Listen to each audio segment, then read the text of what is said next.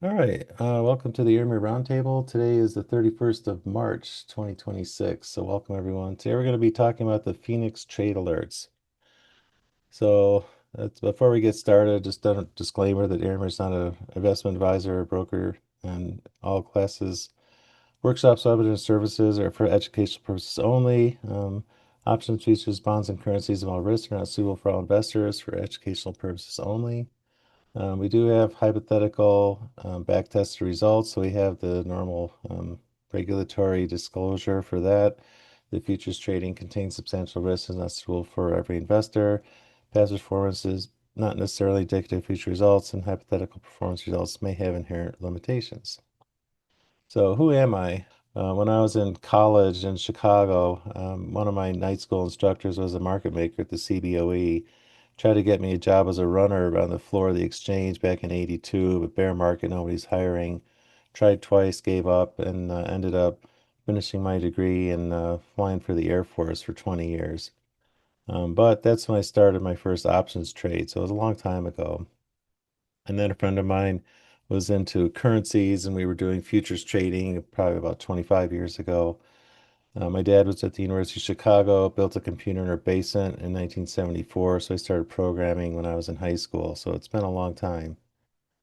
And what is Phoenix? Well, it's an automated NQ future strategy that uses 5-minute bars.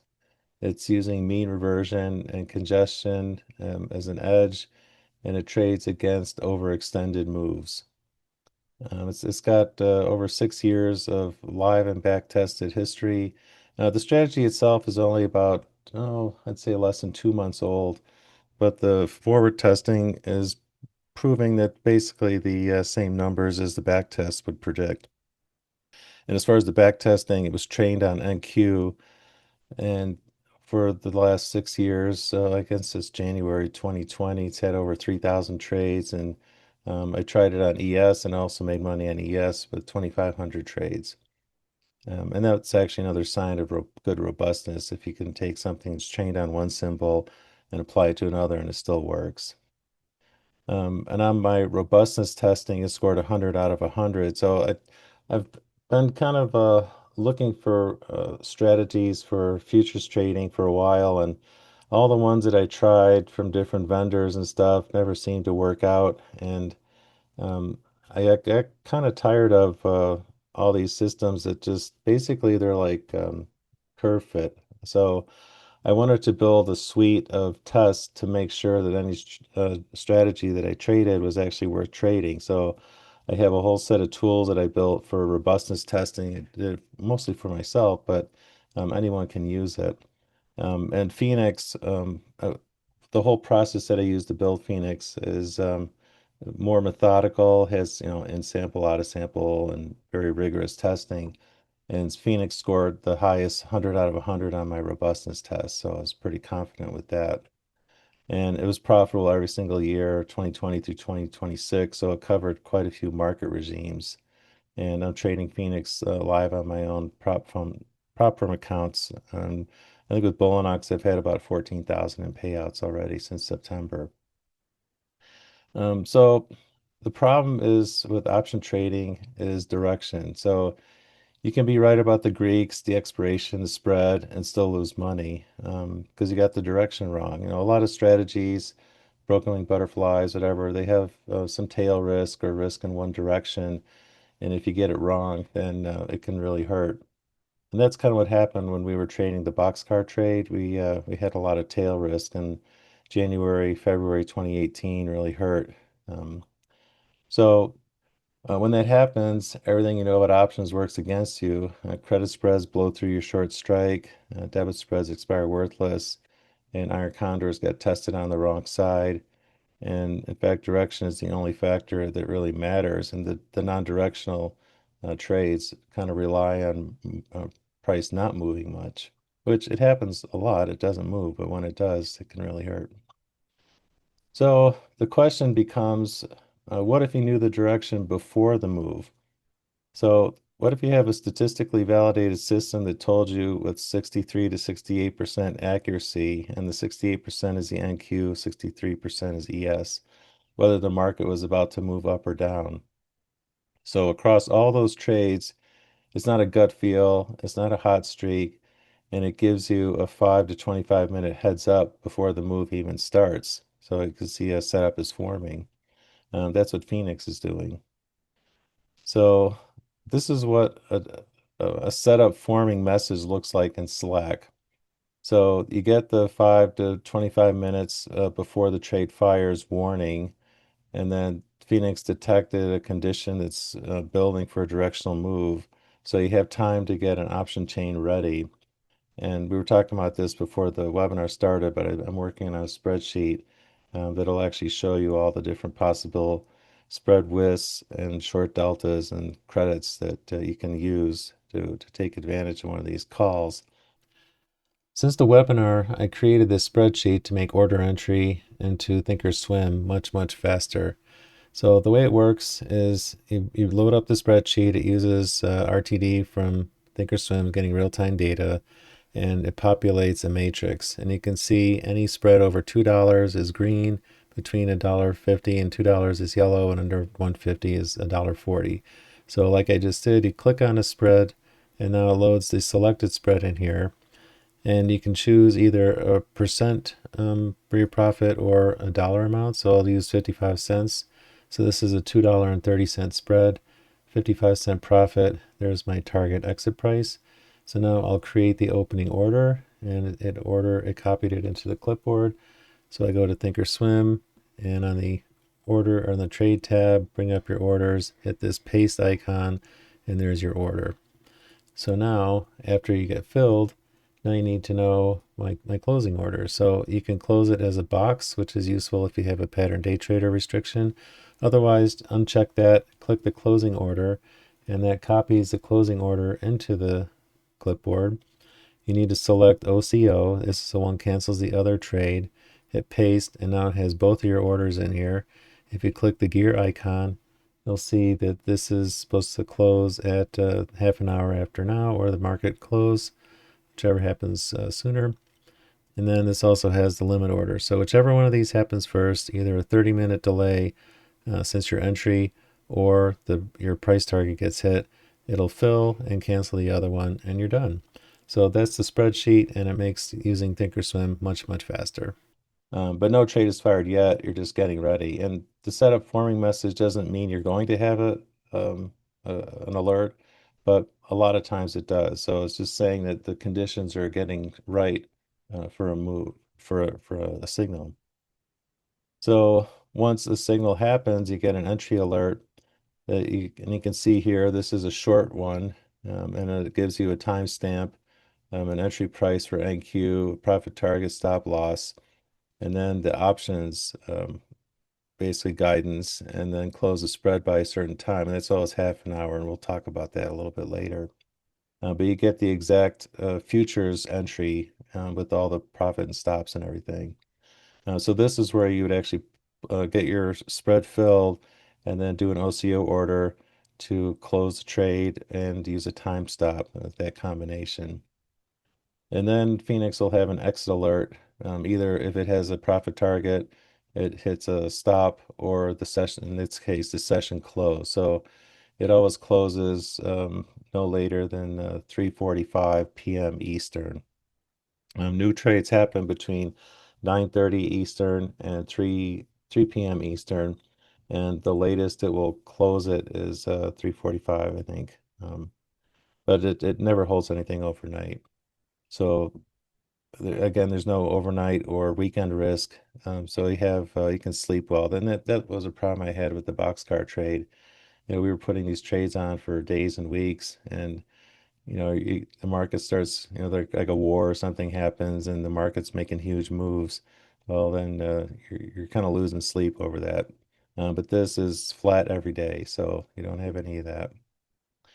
Now, Phoenix was trained on NQ, so um, how closely correlated is it with ES? Well, and I built a tool to measure this. So I went back the whole time period that Phoenix was trained on, and these were the correlations by year between ES and NQ on a 5-minute chart. Now it was interesting. The longer the time frame, the correlation was higher. But even on a 5 minute chart, the last 2 years, 25 and 26, was about 96 to 95% correlation. So basically, if NQ is going up or down, ES is probably going to follow that. So you can use the NQ signals pretty comfortably because it's very, very highly correlated with ES. Now, the big question before we talk about what Phoenix trade alerts are, does the strategy behind it have an edge? And again, this goes back to the robustness testing that I did. I wanted to take not just Phoenix, but any strategy when I take a look at the data.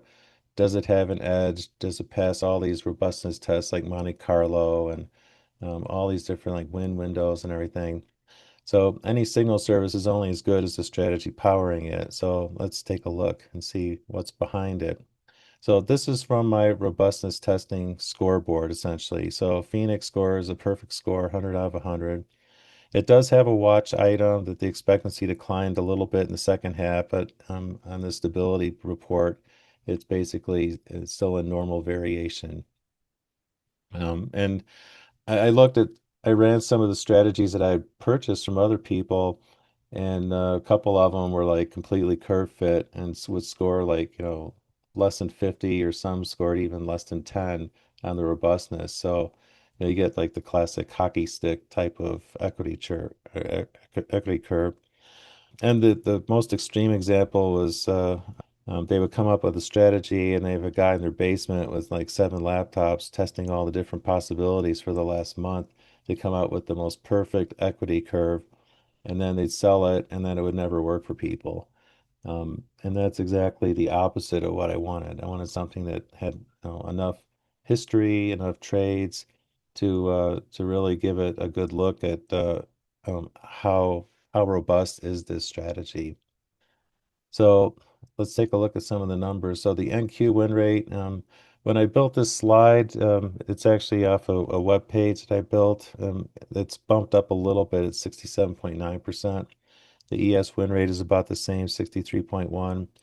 And I ran through the the trades and on the 5 minute chart, and then also uploaded 1 minute data, and we looked at the how the option trades would have been, and it's assuming like about a 20 delta short strike on a credit spread, and it's estimating about an 83 to 88% win rate on the options, and that's a combined 5,600 trades over 6 years and 6.3 years. And you can see at the bottom, NQ does about 42 trades a month, which is roughly 2 trades a day with 22 trading days a month.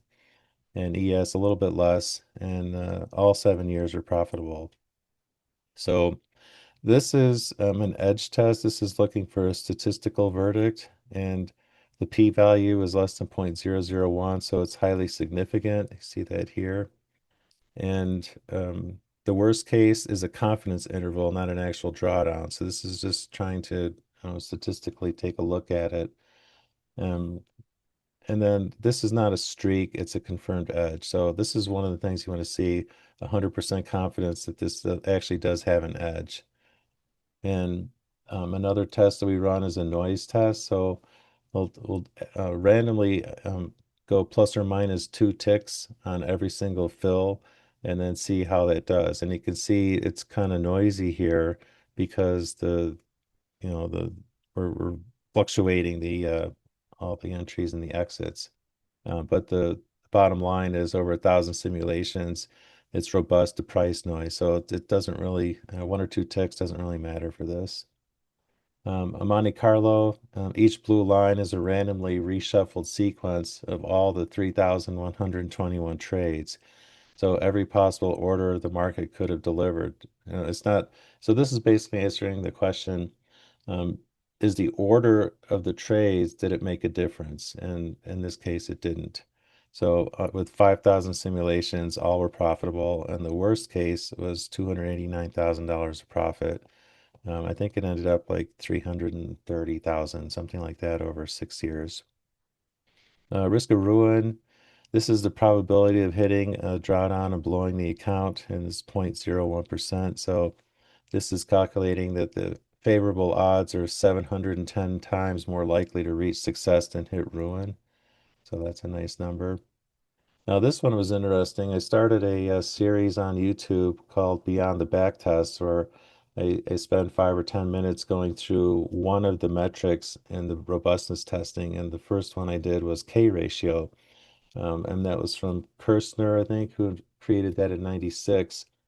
So I wanted to find a picture of him, and I looked online and I saw that he had a book on quantitative analysis.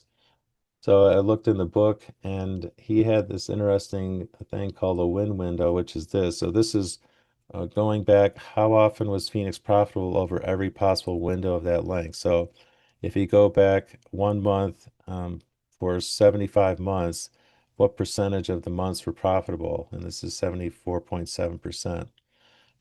If you go back a quarter, so every rolling quarter of 73 of them, 63 of them were profitable, so 86%. And once you get to a year, all were profitable. And this is a nice progression to see. Oops, actually hit the mouse button there. So you want to see this kind of thing where it's getting better and any 12-month or longer window was 100% profitable. So this was another thing that Kirstner had in his book about the edge half-life. So this is a rolling 12-month Sharpe ratio over time. And a healthy strategy is maintaining a consistent level relative to its historical average. Persistent decline signals potential edge decay.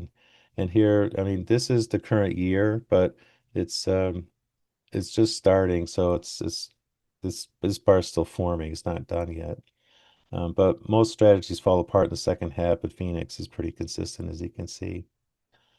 And then we have some other numbers.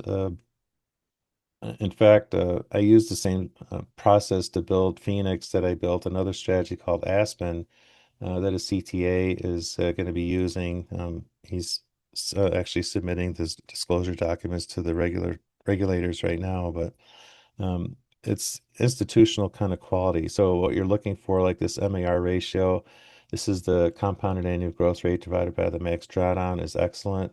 Anything over 1 is gets institutions excited, and this is 2.5. And you can see all these other numbers. This is based on I think a $50,000 account trading one contract. Sharpe ratio is good. Sortino ratio is nice. 75% of the months are profitable. And that goes back to that win window, which is about the 74.7%. And then risk adjusted numbers. So the ulcer index is interesting. If 3 is low, so investors experience minimal sustained drawdown pain. The equity R squared, 0.89, it's moderately smooth equity curve.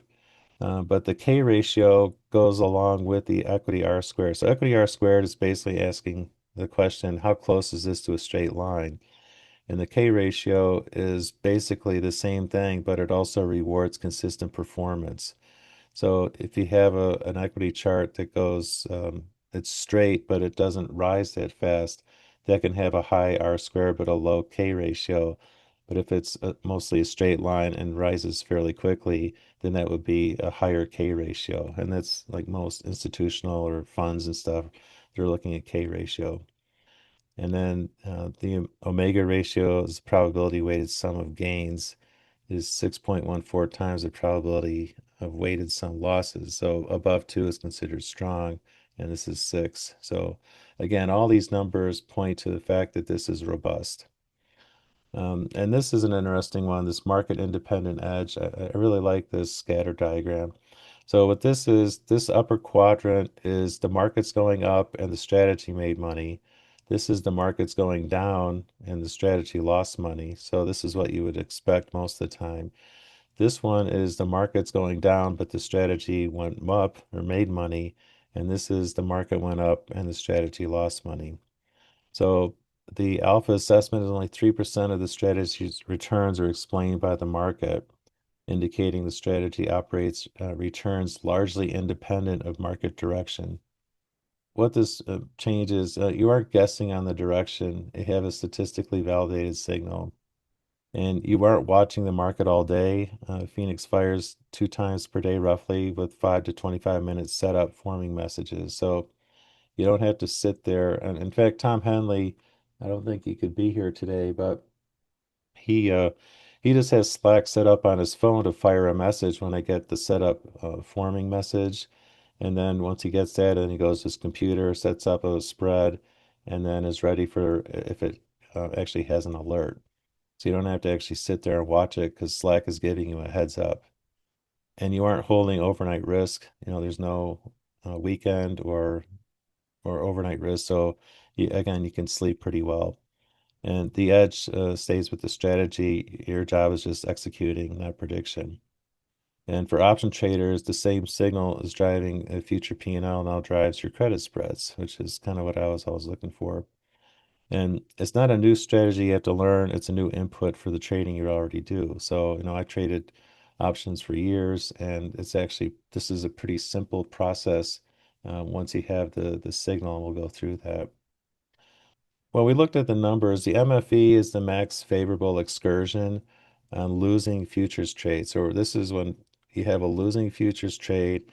You look at how much did it move in your favor before it turned around and lost money. And so the favorable move of over $10 on NQ or MNQ translated to about 5 points on ES. 82% of losers has a favorable move of at least 5 points on ES before it turns around. Not all of them, but it's a pretty high percentage. And you can see the numbers decrease as the distance increases. But overall, the realistic options win rate is between 83 and 88%. Now, again, we're starting with the 15 to 20 delta. So if you just hold it to expiration, you have a 85% chance of it working if you just go to sleep and just let it expire. But this is talking about within the time frame of the signal, what percentage of the time are you going to have the possibility of making money? And Tom Henley said typically on his spreads, if he gets 4 or 5 points of ES movement, it's usually enough to trigger his exit price. So why do option trades win more than futures? So the average losing time for a futures trade is about 75 minutes. But we looked at the options, when was the best time to exit, and determined that 30 minutes was about the right time because still like 82% of the losing option, the futures trades are actually still profitable, before it turns around at the 30-minute point. So then the winners close a lot faster. So about half the winners are done in less than 30 minutes. And if you look at a lot of Tom's trades that he did over the last month or so, some of them are minutes, like 2, 3, 4 minutes, and it hit your profit target and you're out. So what it basically means is the winners resolve fairly quickly, and you're often out in 5 to 10 minutes with a profit. And losing futures trades typically go on longer for 60 or 90 minutes before they get stopped out, or they hit a time stop at the end of the day. So the 30-minute close rule lets you catch the good maximum favorable excursion on losers and exit before the real damage happens. This is how it works. So Phoenix gives you a signal and you sell a credit spread on the correct side of the market. So in the top example, it's a long signal. So you're going to sell a put spread below the market. Market's expected to move higher. So you sell puts below the current price. So in this example, SPX at 65.72, you're selling again about a 15 to 20 delta put, and you're buying about a 20 to 25 strike long put to basically for margin control. A collected credit, the credit expires worthless if XBSC is above 65.45, but you're going to put in an order to close it, an OCO with a price and also a time stop. And the short is just the opposite. So if you have a short signal, you're going to sell a call spread. Market's expected to move down. You're going to sell a call above the current market and then buy a higher strike call for margin control, and you get your credit, etc. So again, it's mostly for margin control and defined risk. Again, the target 20 to 25 wide spread on SPX, and again, you could use SPY, you could use ES futures options, you could even trade the micros or the minis if you wanted to do that, but we're talking about just for options. Most of us trade SPX. Nice benefit. It's got the IRS 1256 rule for taxes, so there's a lot of benefits for that, and it's highly liquid.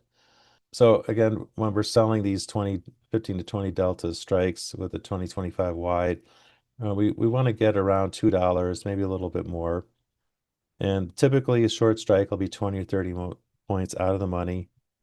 And then you could use a $5 wide strike, but you're not getting much credit. So a five wide spread typically might only be 40 cents to 80 cents if you're that far out of the money. So you're not getting a lot of credit. And if the market moves like 5 points, the spread might only increase 5 or 10 cents. So you're not really getting a lot of juice to sell. So you want it a little bit wider. And widening the spread just until the credit makes the risk reward viable. So again, the 30-minute rule, we looked at NQ data across almost 800 losing trades, and the actual spread value is measured, not estimated. And the median winning trade duration was 30 minutes. The median losing was 75 minutes. And the 30-minute rule is not a loss cutting tool, it's a profit taking tool. So you want to make sure that if the trade is going to be a loser eventually, which you don't know, of course, that you're not hanging in there and just staying in too long. Every entry alert includes a close by time. It's 30 minutes after the entry. And we saw that on the Slack message. It tells you this is the time you need to close by. And so I asked, why is there no stop price? We tried it, and it just feels wrong not to have a stop, but this is why it works. So Phoenix is mean reverting, so winners routinely go against you before recovering. It's hard to pick the perfect entry every time, right? A two-time stop kills 25% of the eventual winning trades. A tighter stop can wipe out 60% of your eventual winning trades, and only 0.1% of losing trades hit two times the credit before the 30-minute mark. So basically almost zero. It's, 0.1%. And a price stop almost never fires before the time stop anyways. So the time stop is your protection and it's doing the job. Here's the complete order structure. We've kind of talked about this, but you open the spread with your short strike delta 15 to 20. And that's not a hard and fast rule. If you want to sell a 25 delta, you can, or a 12 delta. It's up to you. And your spread width can be 20, 30, 35, whatever you want. And one of the reasons we're doing this is we're leaving it up to the trader. So I've seen other systems like, Amy's A14 is a great trade, but you get 150 people and Amy sets out specific strikes, and now 150 people are trying to pile on this exact same spread, and it makes it difficult for people to get fills at the same prices. So by distributing it this way, where I'm giving you the direction, and it's up to you to decide how you want to structure the trade. Some people are going to have a 20 delta, some people are going to have a 15 delta, some people are going to have different strike widths, and some people will use different types of spreads. They'll use either they'll go a long call or a long put, or they'll do a directional butterfly. But the point is you get a directional bias, and it's up to you how to trade it. But that's good because now we're not all piling in on the same trade. And again, you're looking for a credit, probably $2 or more is what Tom Henley's been looking at, and it seems to work pretty well. Once that's filled, you immediately need to place an OCO order to close the spread with a limit order and a time stop.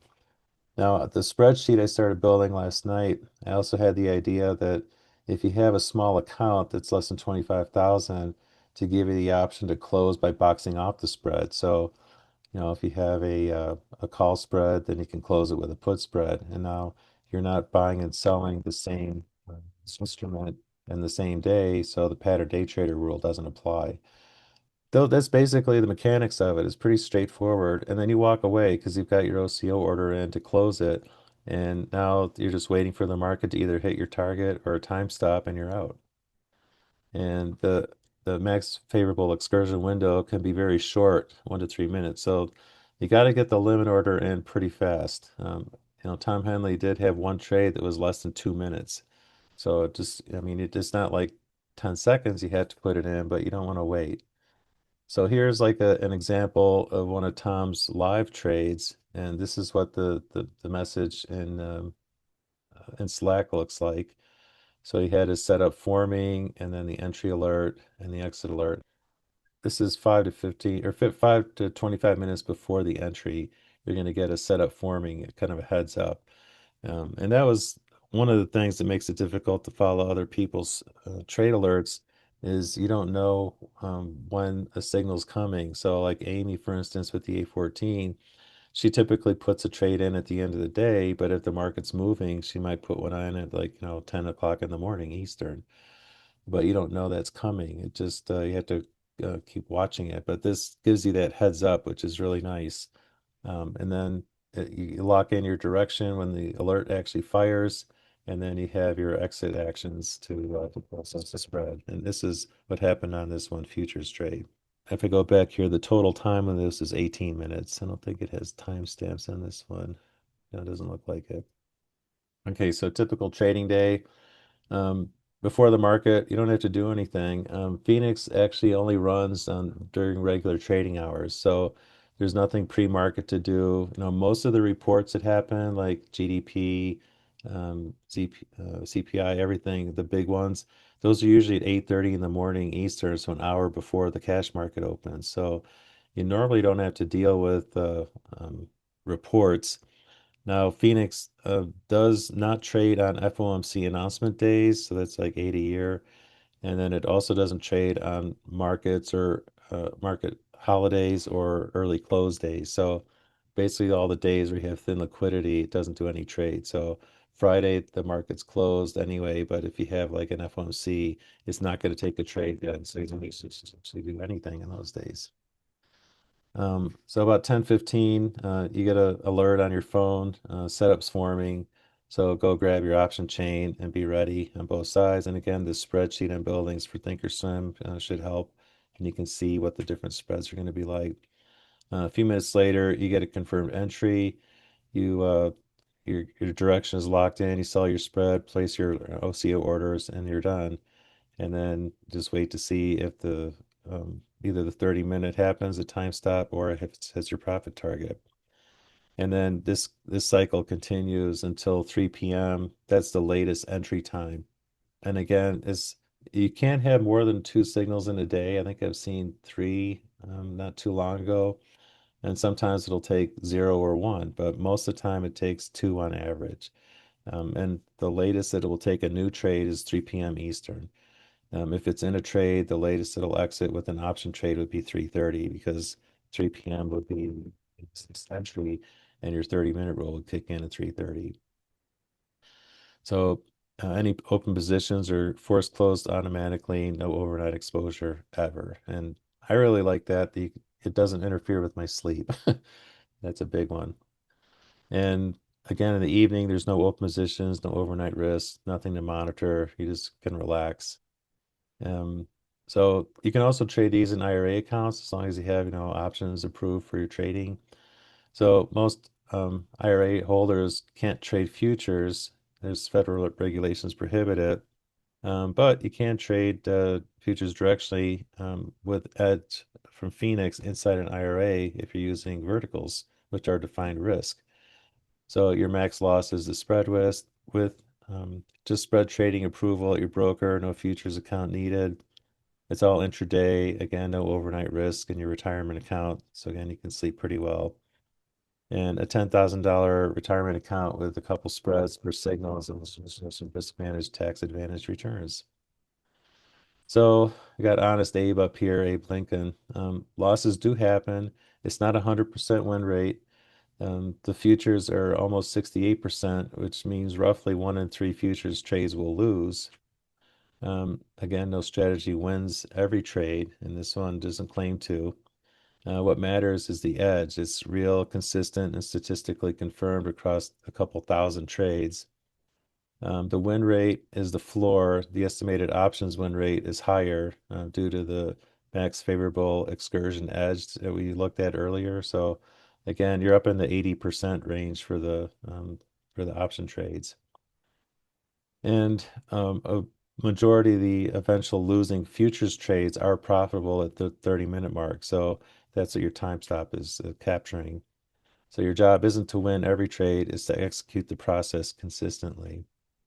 And over any 12-month window and 75 months of history, Phoenix has never had a losing year, and that's a nice one.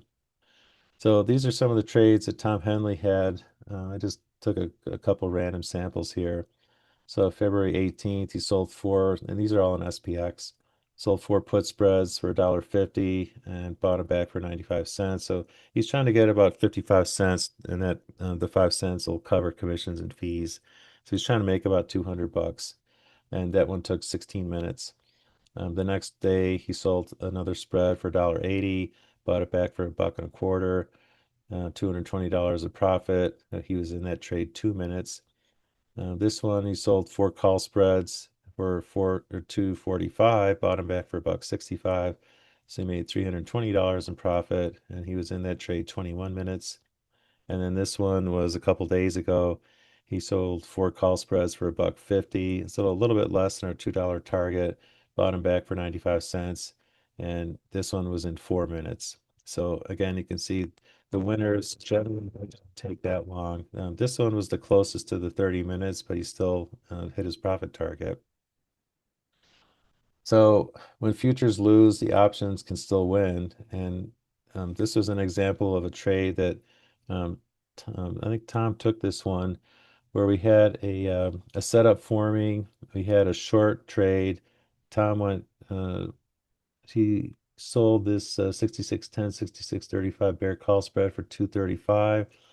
And then that was at 118.50, and at 120.34, he ES hit a low and he closed the spread for $1.80. So he's in the trade a minute and 44 seconds.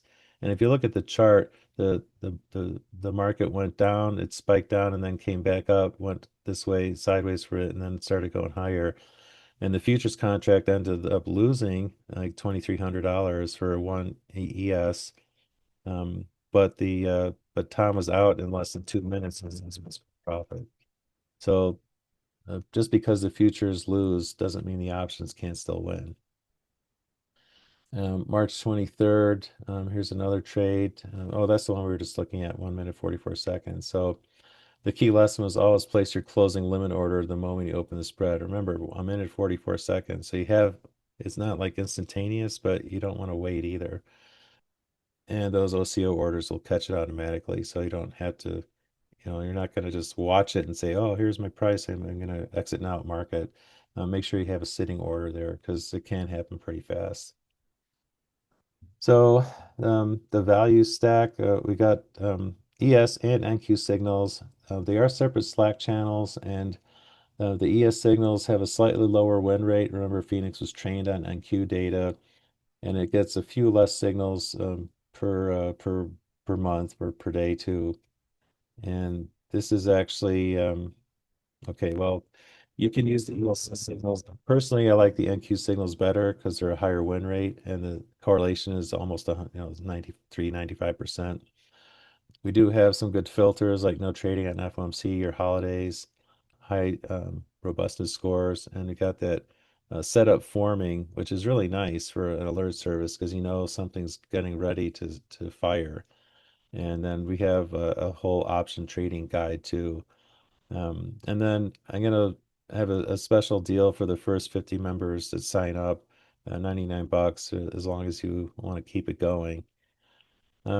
So more reasons Phoenix is different. It's got that perfect 100% score on the robustness testing that most services never disclose this, or maybe they don't want to because they're not going to pass. There's no overnight and weekend risk. All trades are open and closed the same day. Options guidance, every entry alert, you have bullish or bearish direction plus the 30-minute close by time. It gives you every single time that you need to close by. It's your fills, your broker, your strikes, your shies. No, so we're not crowding. We're not all jumping on the same strikes and expirations at the same time.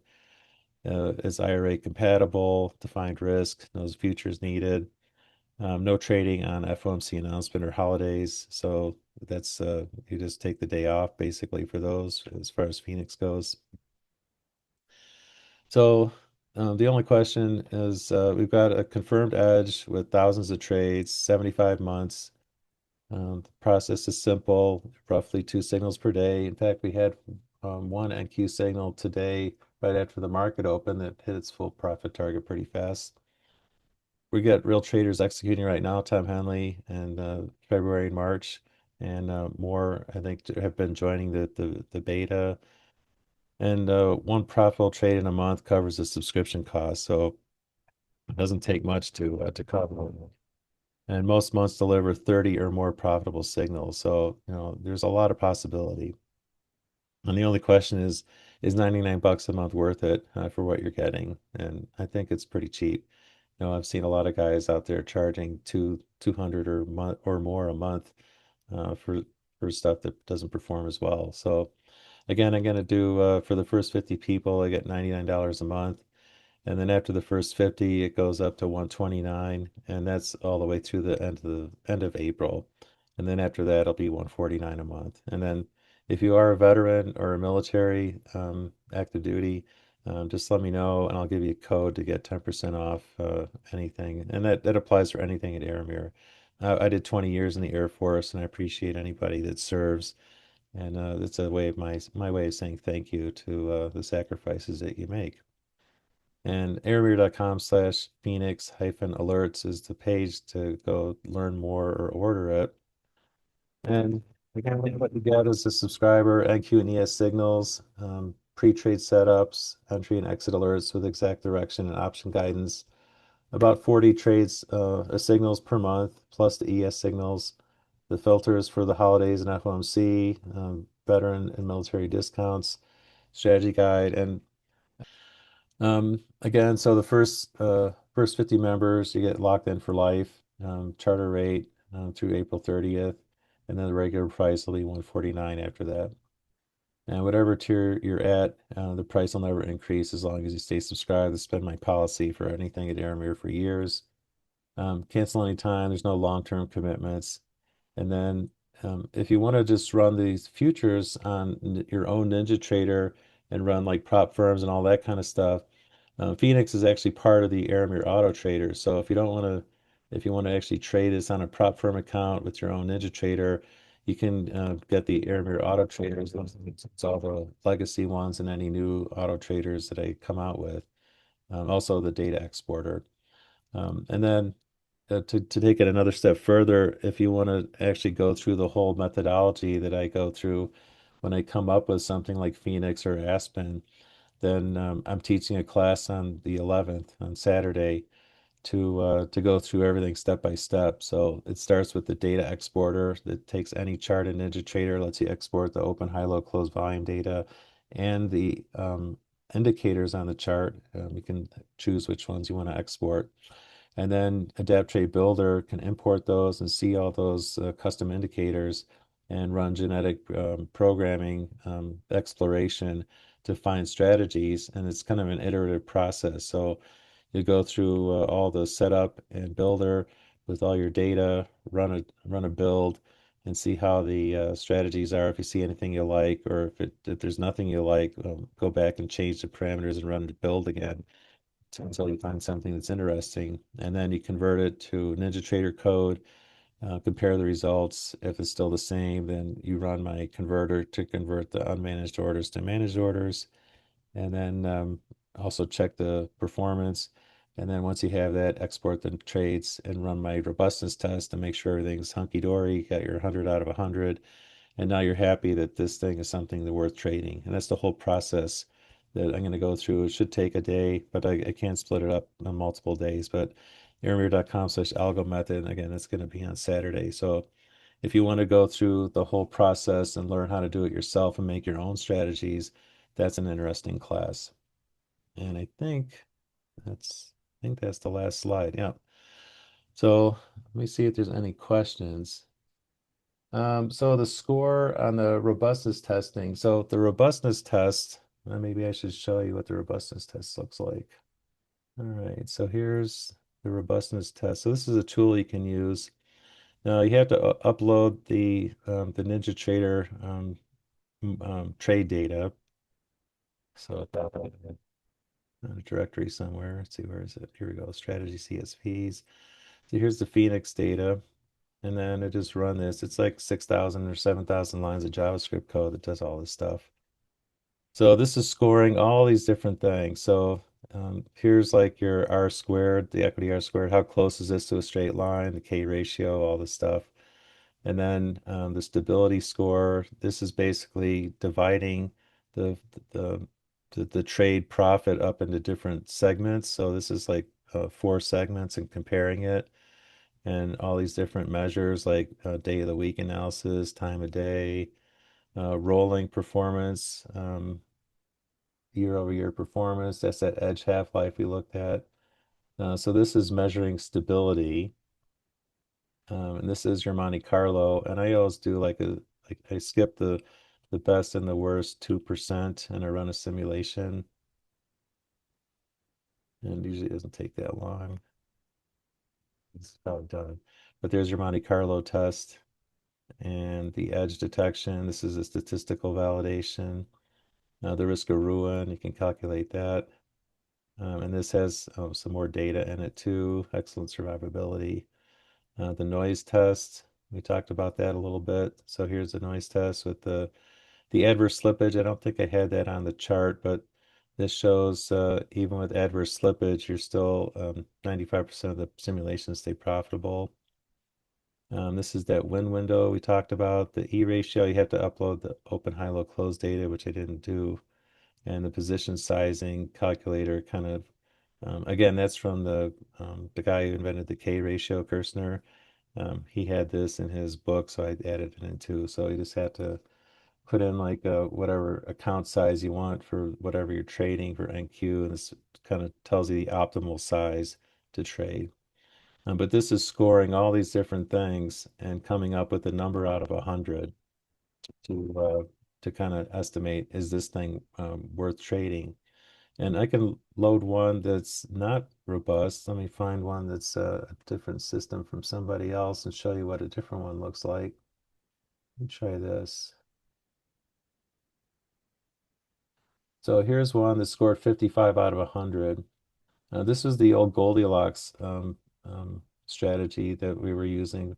And you can see that it didn't do too well. And I have to adjust this chart. I didn't like it when this was going negative, but then you kind of don't see the chart here. But you can see this is a classic hockey stick kind of equity chart. It was flat for a long time and then it started making money. So that's the kind of thing you want to kind of avoid. And this will kind of tell you that this has a high probability of being curve fit. And that's the reason I built this actually, was to take any trade stream and see, is this something that I want to put some money behind, or put it in like a prop firm account. Okay, so Jeff asked how many average daily trades. So it averages 2 trades per day. And aren't NQ options thinly traded? Well, we're trading SPX options, not NQ. So NQ is just for the direction, and the NQ is the futures, which are pretty heavily traded, and we're just getting direction for that and then trading SPX. If you have the OCO, what's the point of the exit alert? The exit alert is mostly for the futures. So if you want to trade the futures, or you don't have to trade options with this. You could just trade the futures. So the OCO is more for the option traders. And Phoenix works on, okay, so you don't have to load any futures data for this because I'm doing that for you. And then my NinjaTrader is sending to my server, which sends to Slack. So, and that's all pretty fast. It's almost instantaneous. And then you're just doing your option trades on whatever platform you want. Thinkorswim, IB, Tasty Trade, or Tastyworks, whatever, Tradier. The broker is up to you for your option trades. And as far as the exit alerts, that's a theoretical. That's an actual notice. So when the futures hits its stop or its profit target, it sends out a message. And that's, again, the futures. But the options get closed by either the 30-minute time stop or if you hit your profit target. And these, yeah, we're all using, these are 0 DTE trades. And then Rick asks, given the MFE data, have you experimented with also adding optimized trailing stop on a futures? Yeah, we did look at trailing stops, and they actually didn't help that much. And how many warnings that never fire alerts? I'd say probably you'll get one or two false warnings a day. Not every day, but you do get some that never fire. I don't have an exact percentage yet. That's an interesting one to research. You can ignore orders. You don't have to take every trade. Again, there's about 40 trades a month. So Tom Henley's been typically just taking one trade. If he makes money, he's done. And Wayne, and yeah, you do have Phoenix already. Basically, if you're running Phoenix on your own on NinjaTrader, if it's taking a signal, then just do the option trade the same way. You have the entry price and exit prices, the stops. So if you get a signal on Phoenix on NinjaTrader, just do the same trade with your options. Okay, so Phoenix and prop firms, is it likely to pass an evaluation within 30 days? It depends. To pass within 30 days, you're probably going to have to take more risk and you have a higher chance of blowing the account. So it's kind of a push me, pull you thing. The more risk you take, the faster you'll pass, but the higher chance you have of blowing the account. So I like to go slower. I mean, the evaluations are kind of easy to reset. So I tend to take more risk on the evaluation. Then once I get the evaluation passed, then I'll dial down the risk on the funded accounts. The stop loss is about 2 to 1. Like I was looking at Kevin Davies stuff for a while, and Kevin, he's won trading championships, and his thing is he hates stop losses at all, but try to make them enough to give the trades room to breathe. So even with the zero point 0.6 win to loss ratio, with a 67.8% win rate over 6 years, it's still averaging $100, $105 per trade, and it's with commissions. And max drawdown of 31K, that was for a one NQ contract that made $328,000 over a 6-year period. So it was about a 10 to 1 drawdown to net profit. All right, so I think that's probably it. All right, everyone. Really appreciate you coming, and I'll get this recording up pretty soon. And thanks for all your questions. Really appreciate it.